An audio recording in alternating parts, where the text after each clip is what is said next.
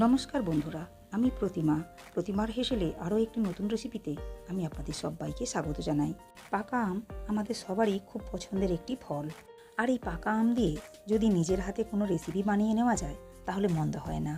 আজ আমি আপনাদেরকে তৈরি করে দেখাবো পাকা আমের কালাকাঁদ, যেটা বানানো খুবই সহজ আর ঘরে থাকা মাত্র কয়েকটি উপকরণ দিয়েই বানিয়ে নেওয়া যায় এই রেসিপিটি। আসুন দেখে নেওয়া যাক পাকা আমের কালাকাঁদ কীভাবে বানাবো। পাকা আমের কালাকাঁদ বানাবার জন্য এখানে দুটো পাকা আম নিয়েছি। এখন আমগুলো একটা ছুরির সাহায্যে কেটে নিতে হবে। প্রথমে বোঁটার নিচের সামান্য অংশ কেটে বাদ দিয়ে এরপর সাইডের অংশ দুটো এইভাবে কেটে নিতে হবে।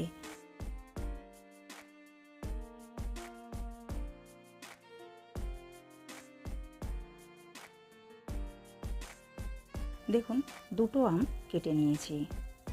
এখন আমের সাইডের একটা অংশ এভাবে হাতে নিয়ে আমের রসালো অংশটা একটা চামচের সাহায্যে এভাবে খোসা থেকে আলাদা করে নিতে হবে। দেখুন, আমের সমস্ত রসালো অংশ খোসা থেকে আলাদা করে নিয়েছি। এখন এটা নিয়ে নিলাম মিক্সি জারের মধ্যে। এরপর ঢাকনা বন্ধ করে আমের স্মুথ পেস্ট তৈরি করে নিতে হবে। দেখুন, আমের পেস্ট তৈরি করে নিয়েছি। এখন এটা সাইডে রেখে দিতে হবে।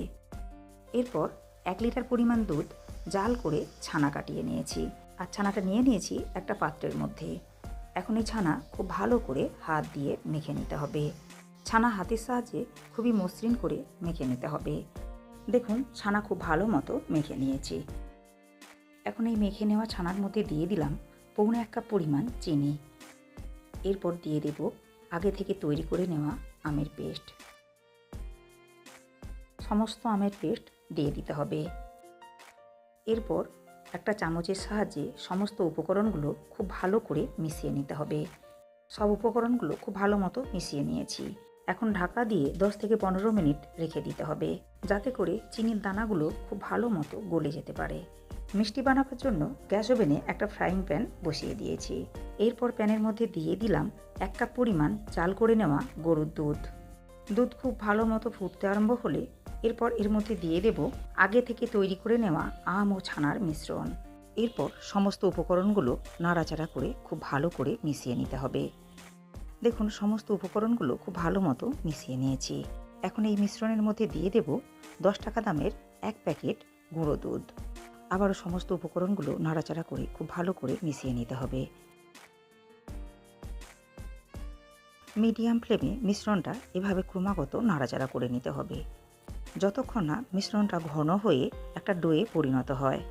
দেখুন, মিশ্রণটা 8 থেকে 10 মিনিট নাড়াচাড়া করে খুব ভালো মতো মিশিয়ে নিয়ে একটা ডো তৈরি করে নিয়েছি। এখন গ্যাস অফ করে মিশ্রণটা নিয়ে নিতে হবে অন্য একটি পাত্রে। তার জন্য এখানে একটা প্লেট নিয়েছি, আর এই প্লেটের মধ্যে সামান্য পরিমাণ ঘি দিয়ে খুব ভালো করে ব্রাশ করে নিতে হবে। এরপর ডোটা নিয়ে নিতে হবে প্লেটের মধ্যে, আর ডোয়ের উপরটা এভাবে চেপে চেপে সমান করে নিতে হবে। দেখুন, আমি ডোটার এই রকম একটা শেপ দিয়ে নিয়েছি। আপনারা নিজের পছন্দ মতো যে কোনো একটা শেপ দিয়ে নিতে পারেন। এরপর ওপর থেকে ছড়িয়ে দিলাম সামান্য পরিমাণ কাজু ও আমন্ড কুচি। এরপর হাতার সাহায্যে ওপর থেকে এভাবে একটু চেপে নিতে হবে, যাতে করে বাদামের টুকরোগুলো খুব ভালো মতো আটকে যায়। এরপর খুব ভালো মতো সেট হওয়ার জন্য 30 মিনিট ফ্রিজে রেখে দিতে হবে। 30 মিনিট পর ফ্রিজ থেকে বার করে নিয়েছি। এখন নিজের পছন্দ মতো যে কোনো শেপে মিষ্টিগুলো কেটে নিতে হবে। রেসিপিটা বাড়িতে বানাবেন আর খেয়ে কমেন্ট করে জানাবেন রেসিপিটা আপনাদের কেমন লেগেছে। দেখুন, মিষ্টিগুলো একটা ছুরির সাহায্যে আমি এভাবে চৌকো শেপে কেটে নিচ্ছি। আপনারা নিজের পছন্দ মতো যে কোনো শেপে কেটে নিতে পারেন। আমার আজকের এই পাকা আমের কালাকাঁদ মিষ্টির রেসিপিটা আপনাদের ভালো লাগলে লাইক ও শেয়ার করবেন, আর এরকম নিত্য নতুন ভিডিওর আপডেট পাওয়ার জন্য চ্যানেলটাকে সাবস্ক্রাইব করে পাশে থাকা বেল আইকনটি প্রেস করবেন। এতে করে আমি চ্যানেলে যখনই কোনো নতুন ভিডিও আপলোড করব, সাথে সাথে নোটিফিকেশান পৌঁছে যাবে আপনাদের কাছে। ভালো থাকবেন, সুস্থ থাকবেন। ধন্যবাদ।